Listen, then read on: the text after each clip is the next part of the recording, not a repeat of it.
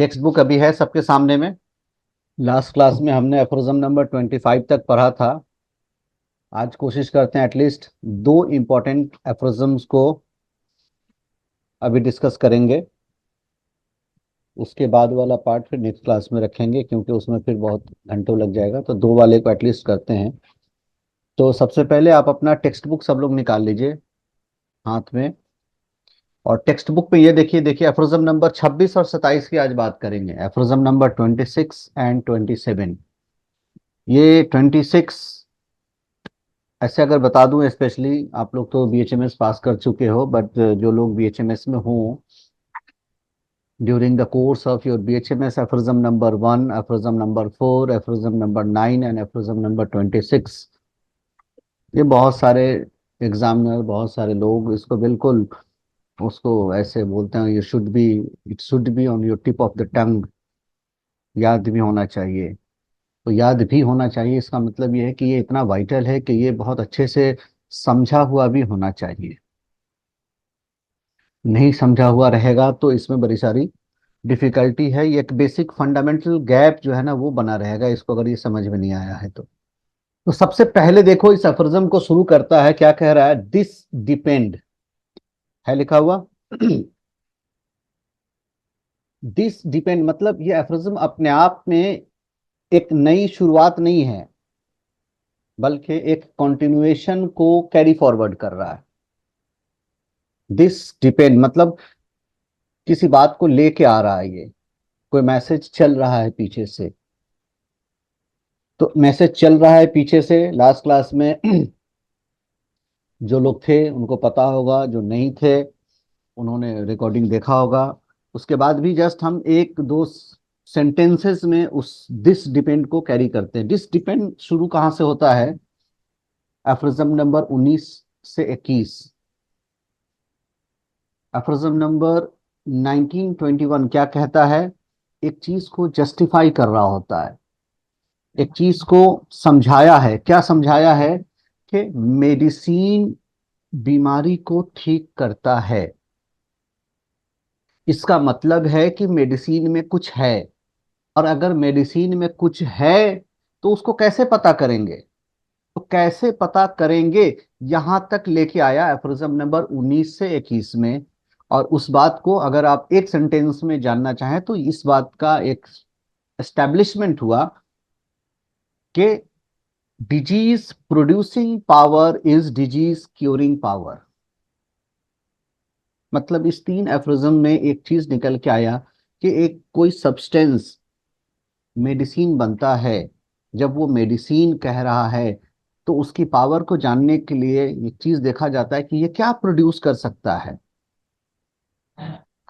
वो मेडिसिन, उसका पावर इस बात में नहीं है कि वो कैसा दिखता है, उसका पावर इस बात में नहीं है कि वो कैसा स्मेल करता है, उसका पावर इस बात में नहीं है कि उसके बाकी एक्सटर्नल रीजनिंग कैसे हैं, बल्कि उसका पावर सिर्फ और सिर्फ उसमें है कि ये किस तरह का अल्टरेशन प्रोड्यूस करता है। इस बात को बहुत अच्छे से अनिमन ने डिफरेंट शॉट्स के साथ एस्टेब्लिश किया। और तब जाके एक इंफॉर्मेशन बना, क्या? कि medicines pathogenetic power is medicines curative power. In short, disease producing power is disease curing power. और इसी के साथ ये बात और पता चल जाता है कि डिजीज प्रोड्यूसिंग पावर मतलब क्या है? कि जब हम उसको इनटेक करेंगे, जब हम उसको किसी लिविंग ऑर्गेनिज्म को अप्लाई करेंगे, देंगे, तो अब वो किस तरह का मैनिफेस्टेशंस प्रोड्यूस करता है, that will be called as disease producing power. और यहाँ पे एक चीज हनीमैन ने क्लियर कट एस्टेब्लिश किया कि ये किसी रीजनिंग मतलब डॉक्ट्राइन ऑफ सिग्नेचर से नहीं कंफर्म होता है, ये सिर्फ कंफर्म होता है प्रूविंग से। ये एक पार्ट क्लियर हुआ। इसी का कंटिन्यूएशन आता है फिर जब एफरिज्म नंबर 22 से 25 जो हमने लास्ट क्लास में पढ़ा था, वहां क्या कहता है कि चलो एक बात तो पता चल गया कि मेडिसिन बीमारी को ठीक करता है। हो गया, और मेडिसिन के अंदर कुछ है, इसी वजह से बीमारी ठीक होता है। अब दूसरी तरफ आता है कि मेडिसिन और बीमारी के बीच क्या क्या रिश्ता है जिसके ऊपर वो मेडिसिन और बीमारी को यूटिलाइज किया जा सकता है। उसके लिए एफरोजम नंबर 22 में बहुत क्लियर कट कहा कि मेडिसिन और डिजीज के बीच में एक्चुअली नेचुरली परफेक्ट दो ही रिलेशन है, एक सिमिलर का, एक अपोजिट का। या तो उसको सिमिलर से देख के देख लो या अपोजिट से देख के देख लो, रिश्ता दो ही है, अब जज करो कौन सा काम करेगा। यहां तक सिर्फ इस बात को वहां पे अभी एस्टेब्लिश नहीं कर रहा है कि ये सही है कि वो सही है, वहां पे ये कह रहा है ये दो रिश्ता है, जो सही होगा उसको हम आगे लेके बढ़ेंगे। 22 में इतना को कहने के बाद एफरोज नंबर 23 में कहता है कि सारे सर्वे को करके देखा गया कि जो अपोजिट वाला रिलेशन है, इसमें बीमारी थोड़ी देर के लिए आराम तो मिलता है बट उसके बाद और बढ़ के आता है, ठीक नहीं होता। बीमारी को थोड़ा आराम तो मिलता है लेकिन और बढ़ के आता है। और इसको जस्टिफाई करने के लिए आप बीमारी को, वैसे बीमारी को लो जो कि क्रोनिक इलनेस है। In chronic illness, it is well evident with all sure that in angiopathic method or contraria contraris is not curative. It is just palliative and it afterwards increase the complaint. अब फिर वापस आते हैं एफरोजम number 22 में क्या कहा कि दो ही रिश्ता है, एक कॉन्ट्रेरिया का, एक सिमिलिया का।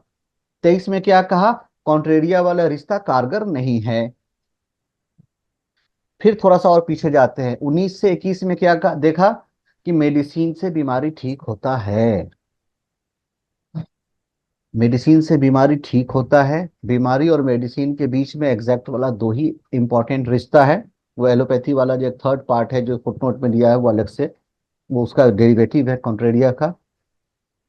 तो अब अगर बीमारी मेडिसिन से ठीक होता है और दो ही तरीका है, सिमिलिया और कॉन्ट्रेरिया, 23 में कॉन्ट्रेरिया पता चल गया कि इससे काम नहीं होता है, तो अब बचा क्या, सिमिलिया। तो 24 में क्या कह रहा है कि बचा क्या, सिर्फ सिमिलिया। लेकिन सिमिलिया बचा, इसी बात पे खुश होने की जरूरत नहीं है कि इसी से सब क्योर होगा।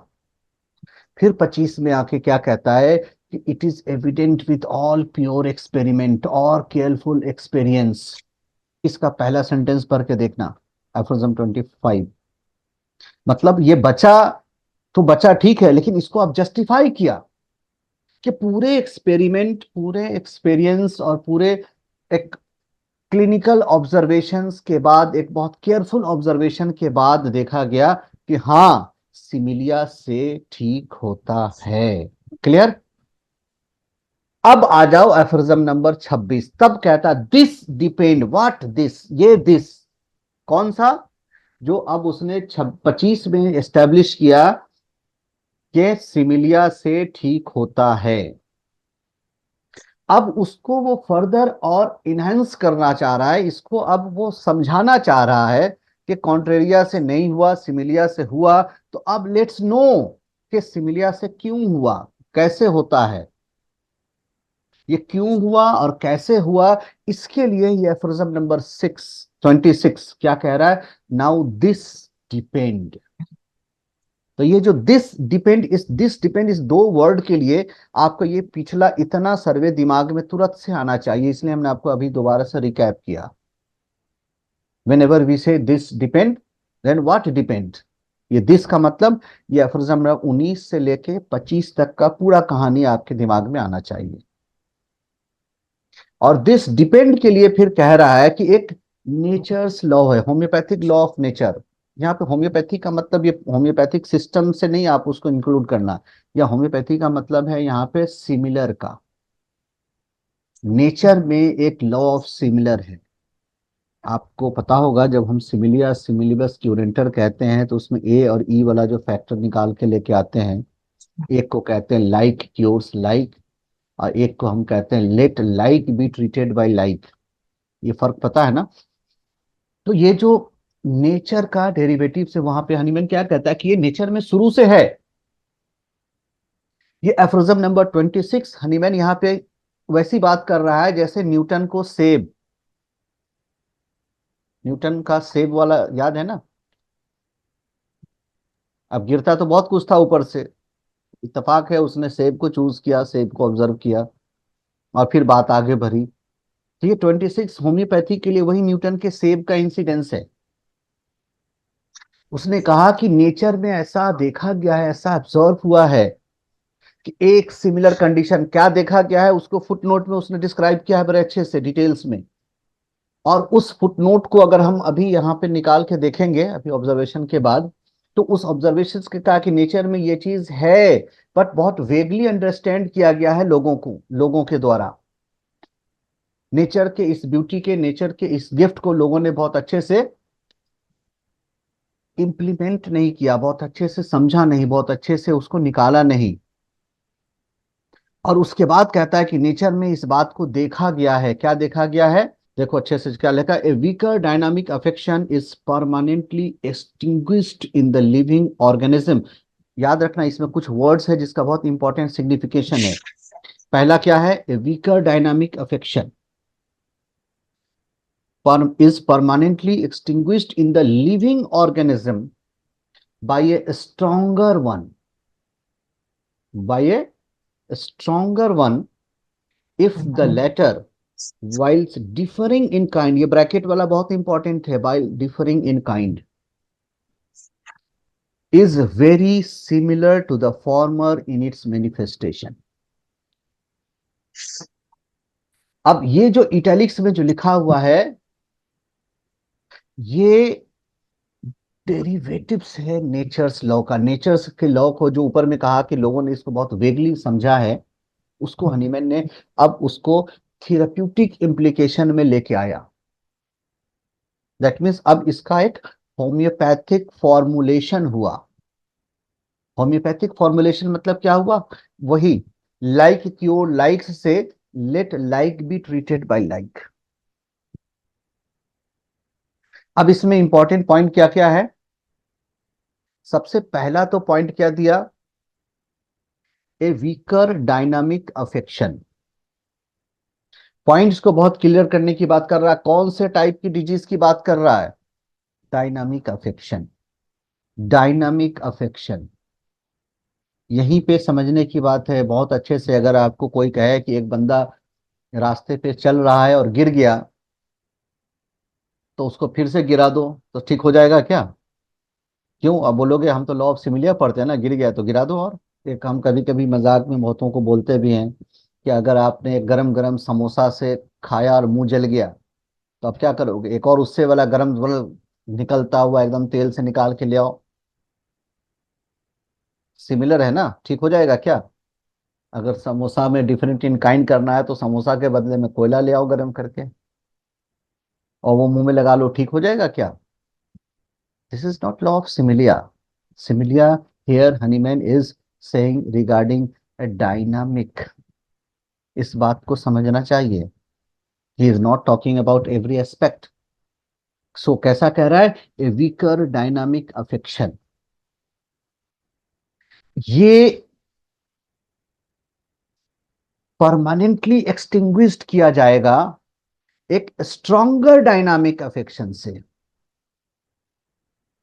अब वो स्ट्रॉन्गर कैसा होना चाहिए? स्ट्रॉन्गर तो होना चाहिए, बट वो डिफरेंट इन काइंड होना चाहिए।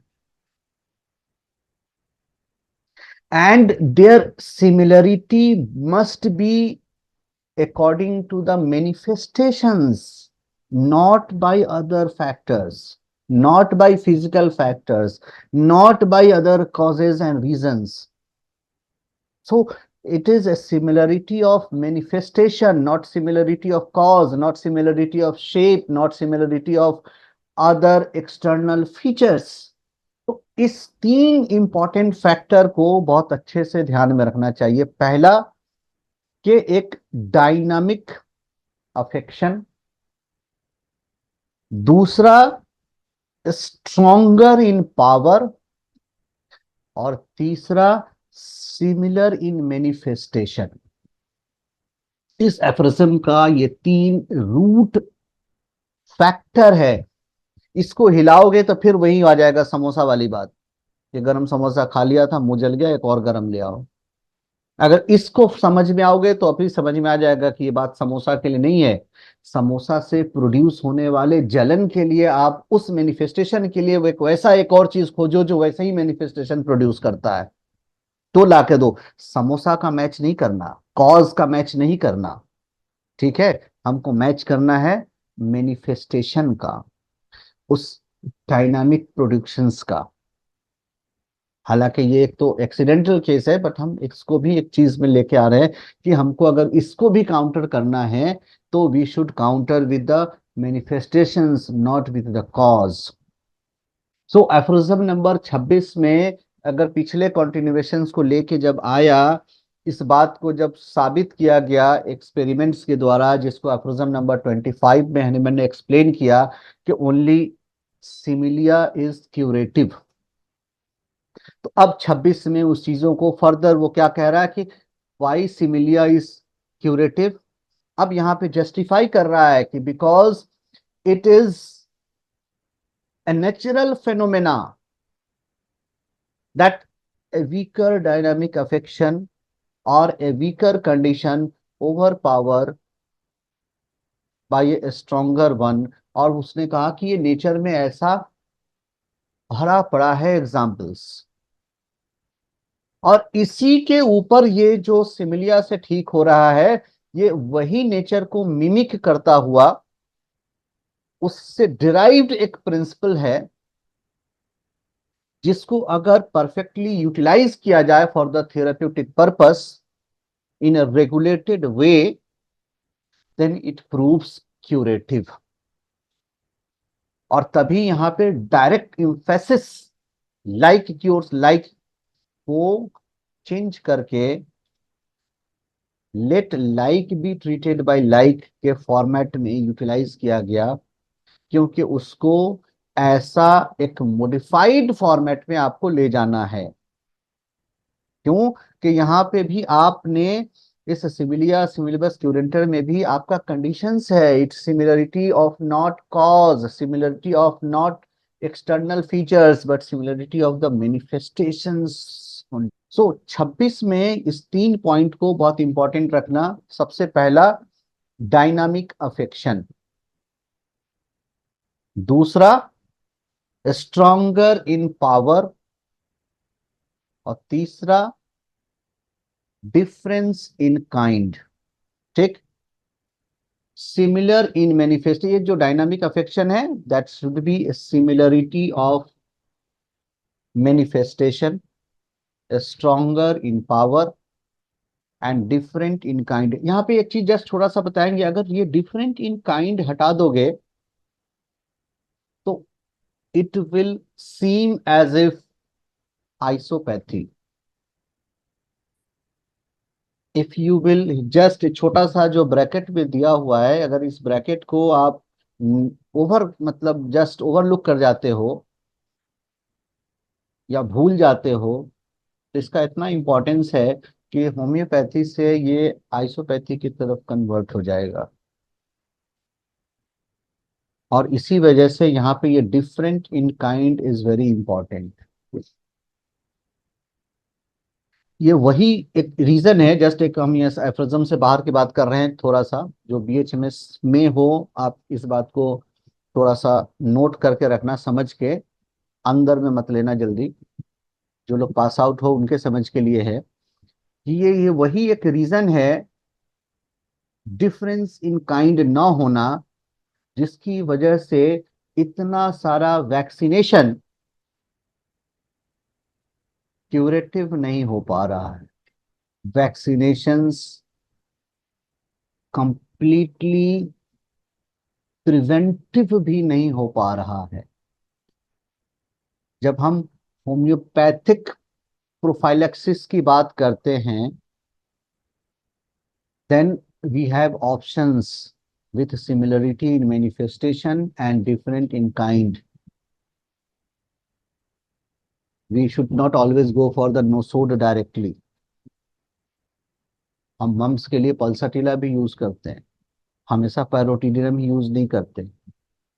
Covid nosode. सो अगर ये सिमिलर डिफरेंट इन काइंड नहीं होता तो फिर सारा वैक्सीनेशन जो है वो प्रूव्ड हो जाता है क्यूरेटिव फैक्टर्स के लिए।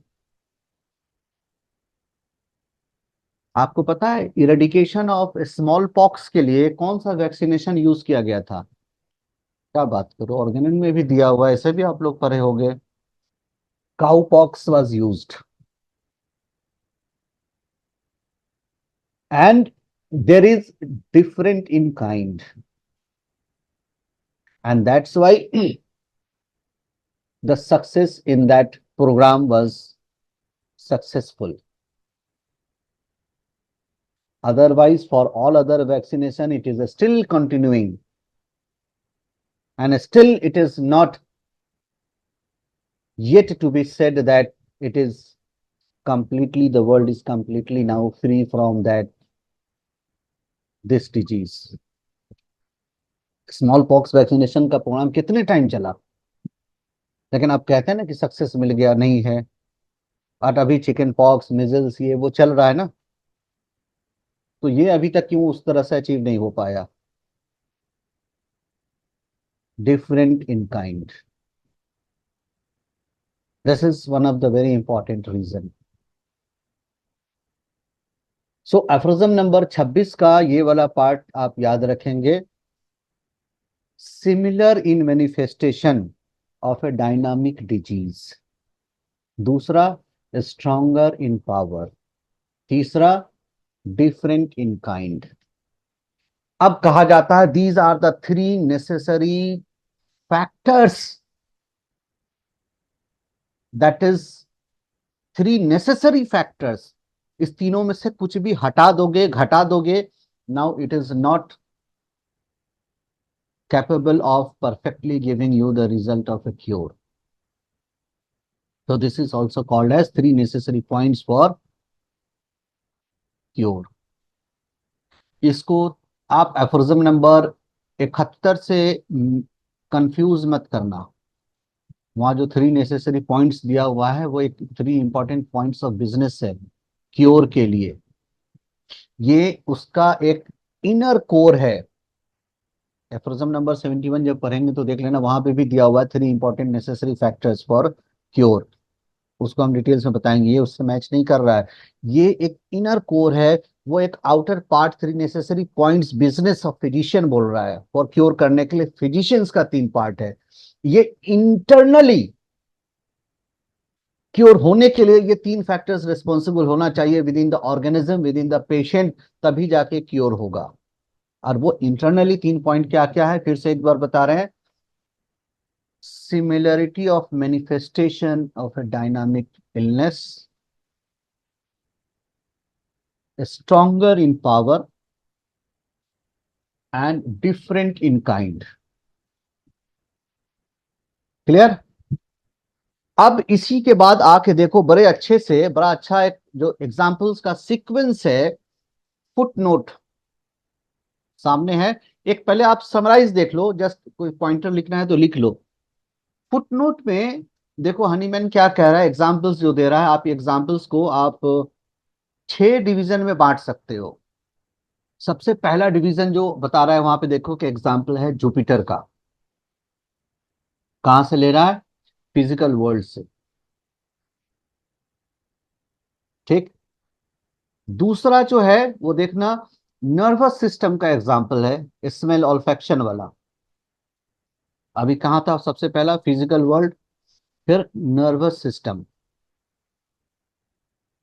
अभी हम उसको बताएंगे। नर्वस सिस्टम के बाद देखोगे आप एक, ये भी एक और सेंस ऑर्गन्स की बात है, जनरल सेंस ऑर्गन, जिसमें उसने बैटलफील्ड का एग्जाम्पल दिया है, cry of the shoulders, soldiers की चीख पुकार, इसको जो बैटलफील्ड का एग्जाम्पल दिया है। ये तीन हो गया जो you can say mostly of physical aspect. उसके बाद दो बहुत इंपॉर्टेंट एस्पेक्ट है, and that is called on emotional aspect. उस दो इमोशनल एस्पेक्ट का एग्जाम्पल जो दिया है, देखो एक एग्जाम्पल है ग्रीफ का, एक एग्जाम्पल है जॉय का। लिख रहे हो? Yes sir. और उसके बाद तीसरा एक बहुत इंपॉर्टेंट एस्पेक्ट है, and that is the called as moral aspect. और वो मोरल एस्पेक्ट देखोगे जहां पे वो जर्मन की लो सेल्फ स्टीम से लोएस्ट सेल्फ स्टीम में जाने के बाद फिर से दोबारा सर खड़ा करके उठने की बात जब कर रहा है, वो उसका तीसरा एस्पेक्ट है। मतलब अगर पॉइंट्स में देखोगे तो पहला फिजिकल एस्पेक्ट, दूसरा इमोशनल एस्पेक्ट, और तीसरा एक मोरल एस्पेक्ट। और ये तीन डिवीजन में एग्जाम्पल्स दिया है हनीमैन ने। इसको आप अपने टेक्स्ट बुक पे तीनों को थोड़ा सा चाहो तो कैटेगराइज कर लो, पॉइंटर्स लगा लो। किताब है सामने में, कोई एक पढ़ के बताओ, पॉइंटर्स हम बता देंगे अगर शॉर्ट में देखना चाहते हो तो। और इसको पॉइंटर्स करके रखना, ये बहुत इंपॉर्टेंट है समझने के लिए। लगा लोगे या अभी पढ़ के बताओगे? अभी लगवा दूं? सर पूरा फुटनोट पढ़ना है स्टार्टिंग से या? आपकी मर्जी है। अगर आप मार्क कर लोगे तो कोई दिक्कत नहीं, हमने मार्किंग तो बता दिया है। नहीं सर, सर शुरू से हमने कर लेते मार्किंग कर दी सर। हैं। देखो किताब खोलो, देखो जो स्मेल वाला है ना, उसके ऊपर तक, जुपिटर से लेके स्मेल वाला जो लिखा हुआ उसके ऊपर तक, वो एक एस्पेक्ट है। ठीक है। अब स्मेल वाला जो पार्ट है वहां पे देखो, पढ़ के बड़ी अच्छी एक बात मिलेगी। क्या कह रहा है कि अगर कोई चीज आपके ऑल्फैक्टरी नर्व्स को सेंसिटाइज कर रहा है, मतलब कोई चीज अगर आपको बदबूदार लग रही है, जो आपके नर्व्स ऑफ ऑल्फेक्शन को इन्फ्लुएंस कर रहा है, तो वो स्मेल कुछ अच्छा खाने से नहीं खत्म हो जाएगा। अच्छा सा देखो, एक बड़ा अच्छा एग्जांपल दिया है कि नाक में ऑल्फेक्शन में कोई चीज आपका डिफेक्ट है, तो बड़ा केक, बहुत टेस्टी केक खाने से वो नहीं जाएगा। वो कम कब होगा? जब कोई एक दूसरा ऐसा सब्सटेंस जो आपके नर्व्स ऑफ ऑल्फेक्शन को ही इन्फ्लुएंस करे, उससे और ज्यादा उसी से जाएगा, टेस्टी खाने से नहीं जाएगा। बहुत सुरीला म्यूजिक सुनने से आपके नाक का स्मेल नहीं चला जाएगा। नाक का स्मेल कब जाएगा? जब कोई एक ऐसा चीज वही जो आपके नर्व्स ऑफ ऑल्फैक्शन को ही इन्फ्लुएंस करे। ये वाला एक बार पढ़ना, एक बार इसको, ये एक अच्छा सा चीज है, इसको साउंड पढ़ के देखो। सिर्फ ये ऑल्फैक्शन वाला पार्ट पढ़ो। In situations replete with repeated orders, hmm. wherewith is it usual to soothe effectually the offended olfactory nerves with snuff that affects the sense of smell in a similar but stronger manner. Not music, no sugared cake, which acts on the nerves of other senses, can cure this olfactory disgust. ठीक है। तो ये इसी से जाएगा, दूसरे वाले से नहीं जाएगा। ये एक और सिमिलर प्लेन की मैचिंग है। जिस तरह से वो कह रहा था कि जुपिटर का गेज आपके आईज के, जो आपके विजुअल नर्व्स है उसके ऊपर उसका स्टिमुलस है, उसकी वजह से उसका अपियरेंस डिसअपियरेंस हो रहा है विजन में। उसी तरीके से जो आपके नर्व्स का है, वो नर्व से ही जाएगा, टेस्ट से नहीं जाएगा, ऑल्फेक्शन वाले से ही जाएगा, आपके टेस्ट बर्ड से नहीं जाएगा वो। तीसरा वहां पे देखो जो वो कह रहा है कि शोल्जर का चीख पुकार, ये जो आपके आप ऑडिटरी नर्व्स की बात कर रहा है। यहाँ पे देखोगे अच्छे से एग्जाम्पल दिया हुआ है कि यहाँ पे उसका जस्ट मोरल बूस्ट करने के लिए जो उसकी चीख पुकार को जो दूसरी जगह से दबा के रखा जाता है, क्यों? और तेज जो नगारा और ये वो जो बजता है उस तरफ से, जो भी बैटल फील्ड का चीज था, ताकि एक की चीख पुकार को सुन के दूसरा डिमोरलाइज ना हो जाए, इसलिए तेज साउंड से उस चीख पुकार के साउंड को दबा दो, उसको ओवरकम कर दो, क्योंकि ये सुनाई ना दे, सिर्फ वो कान में गूंजता रहे। अब उसके बाद जो इमोशनल एस्पेक्ट में आ रहा है, क्या कह रहा है? दुख हुआ किसी बात का, आपने रोड पे देखा एक एक्सीडेंट हुआ, और सपोज करो किसी का हाथ पैर टूट गया, आपने उसको देखा। और अगर आप फॉस्फोरस कॉस्टिकम कॉन्स्टिट्यूशन से बिलीव करते हो, बिलोंग करते हो, खैर ये हम जस्ट अलग से ही बोल रहे हैं, and you are so hurted. पता चला घर आए और आपके पड़ोस में एक अंकल थे, बहुत प्यारे थे, और उनका डेथ हो गया। अब वो जो रोड वाले एक्सीडेंट का जो दुख था, अब वो कहाँ चला गया पता ही नहीं चला। अब ये अंकल के दुख से हो। सो वन इमोशन लेवल पे एक इमोशनल फैक्टर, उससे एक और इम्पोर्टेंट इमोशनल, उससे स्ट्रॉन्गर इमोशनल फैक्टर आ गया, ये नलिफाइड हो गया। उसी तरह से कह रहा है, देखो एक्सेसिव जॉयस कंडीशन एक बहुत इंपॉर्टेंट फैक्टर भी है, देख लेना। We use coffea for the bad effects of happiness. इसका एग्जांपल देखो, आप किसी बात से बड़े ओवर एक्साइटेड हो, and that can be countered by a coffee. और अब लास्ट वाला देखो, जो जर्मन जो हम बोल रहे थे, मोरल प्लेन का एग्जांपल। सबसे लास्ट वाला 3 सेंटेंस पढ़ो, जहां पे वो जो जर्मन्स के बारे में लिखा हुआ है, एक बार वो पढ़ना। Nations like the Germans, who have for centuries been gradually sinking deeper and deeper in soulless apathy and degrading serfdom, serfdom must मतलब, सर्फडम मतलब गूगल से देखोगे तो इसका मतलब एग्जैक्टली समझ में नहीं आएगा। सर्फडम कहते हैं कि आप, जो पहले राजा के पास जमीन होता था, लेकिन राजा कभी खेती नहीं करता था। प्रधान के पास जमीन होता है, लेकिन प्रधान खेती नहीं करता। खेती कौन करता है? उसको बोलते हैं कि किराए का बंधुआ मजदूर। सारा मेहनत वो करता है, सारा फसल वो उगाता है, उसके हिस्से में क्या आता है? All the luxury of that fruit is being enjoyed by this owner. उसका काम है सिर्फ दिन रात खून, मतलब खून पसीना एक करके लगे रहना। तो ये जो इस तरह का जो लेबरर होते हैं ना, जो आंख बंद करके किसी चीज के ऊपर कर रहते हैं, irrespective of their initial, you can say, participation in the result, serfdom में आता है, जिसको आप कह सकते हो बधुआ मजदूर। वहां पे काजा बहुत सारे जगहों पे आज भी देखोगे चलता है कि बहुत सारे लोगों के पास बहुत खेत है, और उसको बोलते हैं कि, हम लोग के तरफ बिहार में एक वर्ड यूज होता है, बटैया पे लगाना।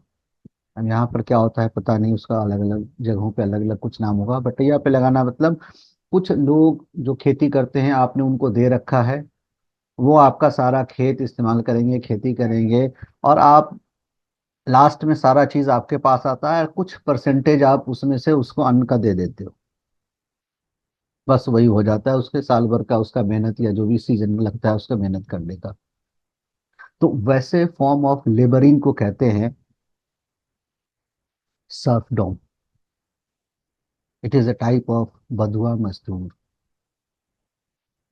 पता है, आज भी, अब हम थोड़ा सा अलग होके बात करते हैं, दुनिया में इंडस्ट्रियल रेवोल्यूशन हो गया,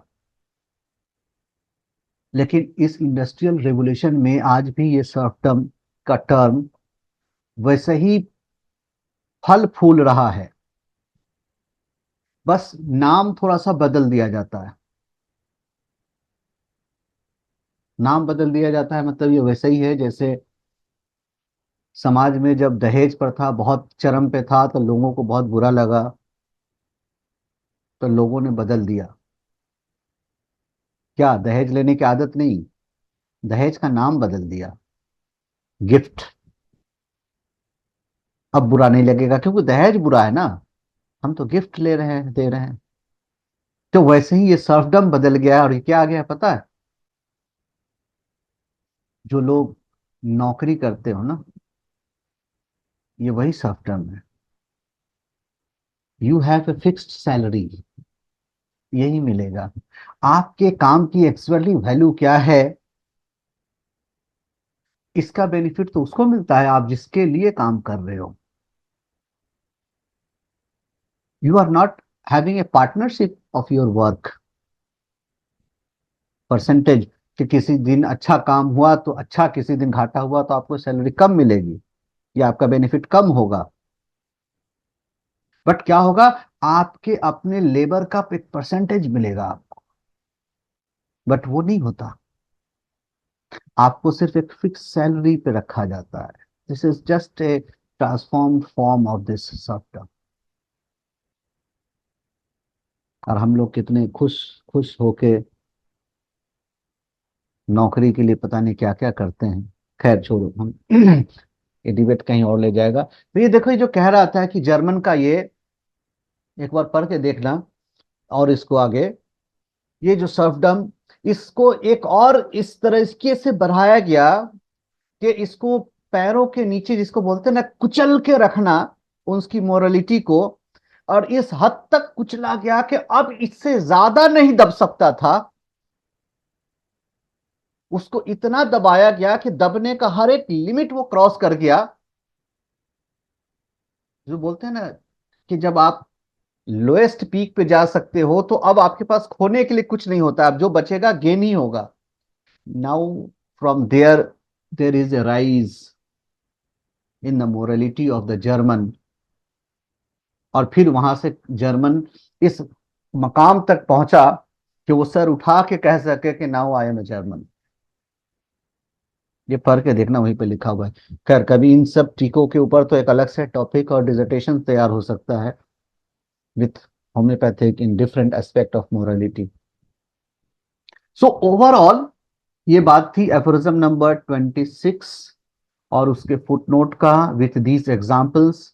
इस बात के लिए, सिर्फ एक बात को समझाने के लिए, किस बात को, जो सबसे पहला सेंटेंस कह रहा था, दिस डिपेंड। दिस डिपेंड मतलब क्या, एफोरिज्म नंबर 25 में जो बात बताई कि similia can cure and only similia cures, उस क्योर को देखने के लिए उसने समझाने के लिए कहा, बिकॉज नेचर में ऐसा होता है, it is nature, it is nature, that's why it is nature. Nature का, अगर छोटा सा एक अलग सी बात कर रहे हैं, नेचर का मतलब क्या होता है पता है? जब हम बात कहते हैं ना nature, one of the very important factor or one of the very important background message when we say nature, nature एक ऐसे चीज को कहा जाता है that is called one of the ultimate truth, one of the purity, one of the purest purity, ultimate of something. उस सच्चाई के पीछे अब कुछ नहीं, यही अल्टीमेट सच है, and that is called nature. अब आप इसको बाद में, इसके चीजों को जो भी यूटिलाइज करते चले जाओ, इसके अंदर वेरिएशंस करते चले जाओ, बट किसी चीज की अगर ओरिजिनलिटी है, उसके किसी चीज के अगर अंतिम ट्रुथ तक पहुंचना है, that last truth of anything is called its nature. अब उसके पीछे कुछ नहीं है, वो जो बच गया। कहने का मतलब है, अगर आप किसी चीज के पीछे एक सवाल सिर्फ करते चले जाओ, वाई, ये हुआ वाई, सिर्फ वाई वाई करते चले जाओ, जब तक इस वाई का आंसर आपको मिलता चला जाएगा, तब तक आपके पास आगे जाने का रास्ता और है और है और है।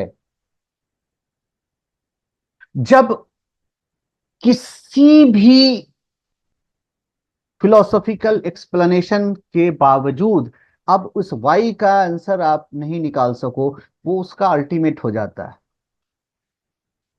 And that becomes it's nature. ठीक। तो हनीमैन यहाँ पे फिर क्या कह रहा है, इसलिए हनीमैन कहा कि ये जो लॉ ऑफ सिमिलिया है, इट्स नेचर।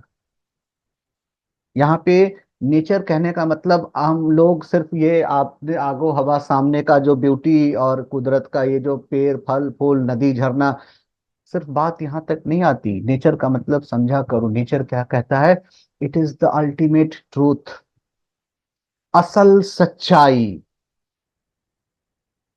असल सच्चाई क्या है? That is called nature, the real truth, that is called nature. ठीक है। So law of similar is curative. Why? Because it is dependent on, it is likewise in nature. Likewise in nature, that is the truth. और likewise in nature कहने का मतलब जब आता है, तब हम कहते हैं कि ये एक ऐसा सत्य है जो आप कहते हो ना, सत्यमेव जयते, अल्टीमेट कह लो, कुछ भी कह लो, जब हर वाई क्लियर हो जाएगा तो जो लास्ट में जो विजय होगा वो सिर्फ इस ट्रुथ का ही होगा. That ultimate truth, that truth. Death को बोलते हैं the ultimate truth of life is death. सत्यम शिवम सुंदरम. इसके एक्सप्लेनेशन बड़े सारे हैं, माइथोलॉजी से भी है, फिलोसफी से भी है, बट हम और ज्यादा डेविएट नहीं होना चाहते अभी. हमने कुछ हिंट्स दे दिए, इससे आप लोग कर सकते हो. That is called ultimate. So ये एफ्रिज्म नंबर 26, यहाँ पे फिर से एक छोटा सा सिर्फ यही कहना चाह रहे हैं. अल्टीमेट एफ्रिज्म नंबर 26 में हनीमैन ने जो एग्जाम्पल यहाँ पे दिया, किस बात के लिए? 25 में तो साबित हो गया एक्सपेरिमेंट से कि सिमिलिया में क्योर होता है, तो फिर 26 की बात कहाँ से आई? और हनीमैन ने यही क्यों चूज किया 26 को ही? हनीमैन एक्सपेरिमेंट भी तो दिखा सकता था कि इतना एक्सपेरिमेंट हुआ, इतना एक्सपेरिमेंट हुआ, ये देखो क्योर करता है, इसलिए सही है.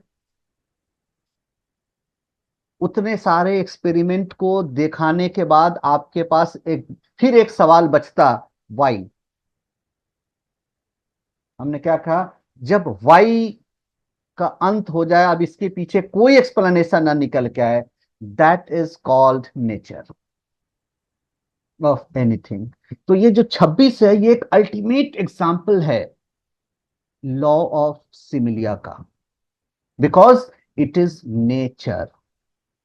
नेचर के बाद अब कोई वाई नहीं आएगा आपके पास. ठीक है. So after this and these 6 examples, 6 different fields of examples, जिसमें से आप देख लो फिजिकल लेवल पे, साइकोलॉजिकल लेवल पे, इमोशनल लेवल पे एंड मोरल लेवल पे. इसके बाद अब देखोगे इसी चीज को जस्ट थोड़ा सा और, जस्ट 2 पॉइंट का एक्सप्लेनेशन है एफ्रोजम नंबर 27 में. 26 के बाद 2 पॉइंट का एक्सप्लेनेशन है 27 में. 2 पॉइंट्स वो है, देखो नोट करके. एक जगह देखो लिखा होगा, this is applicable for both physical illness and moral illness, और मेंटल इलनेस और psychological illness. That means it is applicable for both. मिला? 26 का फुटनोट देखो. 26 का फुटनोट का सबसे पहला सेंटेंस क्या लिखा हुआ है? Thus Thus are are cured cured both. both.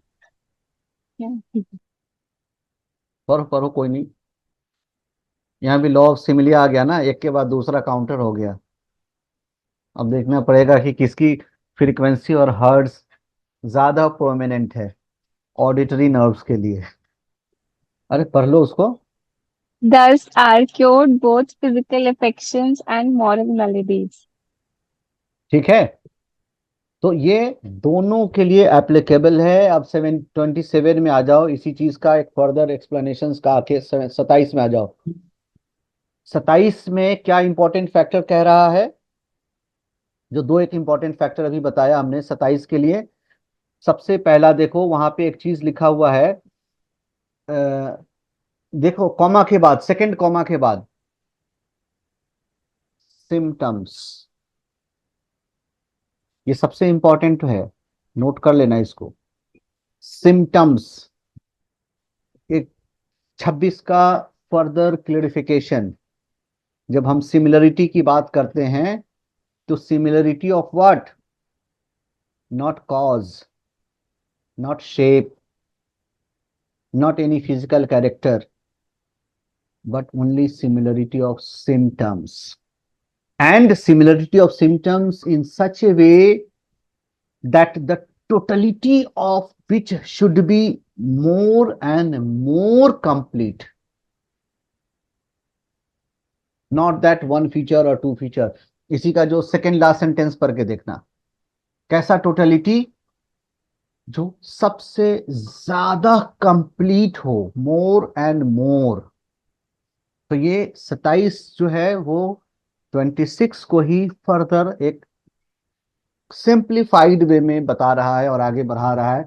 26 में तो उसको अपने नेचर्स के एग्जाम्पल के साथ जस्टिफाई किया, उस जस्टिफिकेशन को एक सिंपल सेंटेंस में वहां पे क्या कह रहा है, सिमिलरिटी ऑफ सिम्टम्स होना चाहिए, और ये सिमिलरिटी जो है इन टोटलिटी कवरेज होना चाहिए, नॉट इन पार्शियलिटी। जितना टोटलिटी में जितना मैक्सिमम होगा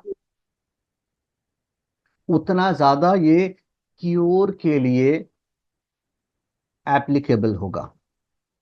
anything to ask from this? इसके बाद हम modus operandi of homeopathic according to your Organon of Medicine next class में पढ़ेंगे। उसके बाद बड़ा एक इम्पॉर्टेंट फैक्टर है, उसको थोड़ा सा अच्छे से एक बार पढ़ के आना जब हम एफरोजम नंबर 35 से 45 पढ़ रहे होंगे।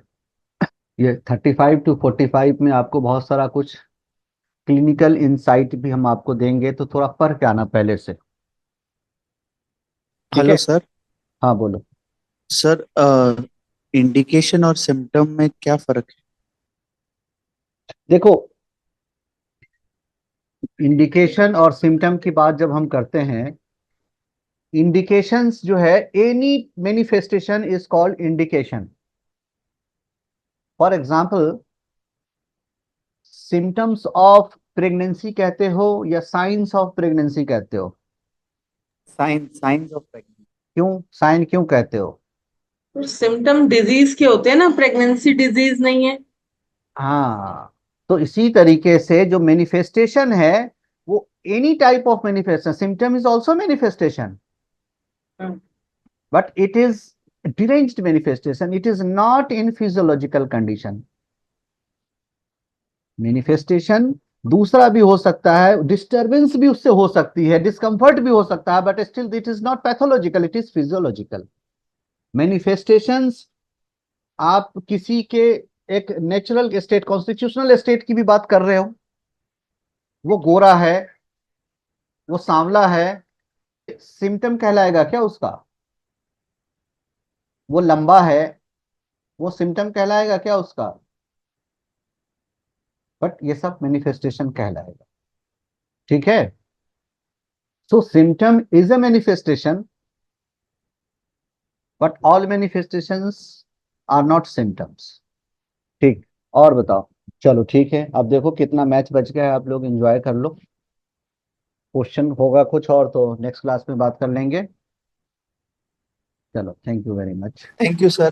थोड़ा सा थैंक यू पढ़ लेना, ये होम्योपैथिक बेसिक्स को अंडरस्टैंडिंग के लिए ये वाला जो पार्ट है ना, ये बहुत इंपॉर्टेंट है। और फिर 35 से थोड़ा हम कुछ क्लिनिकल एस्पेक्ट पे आएंगे, तो एक बार पढ़ के आप आओगे तो आप डाउट जितना पूछोगे आपका क्लियरिफिकेशन उतना अच्छा रहेगा। ठीक सर। Okay, thank you.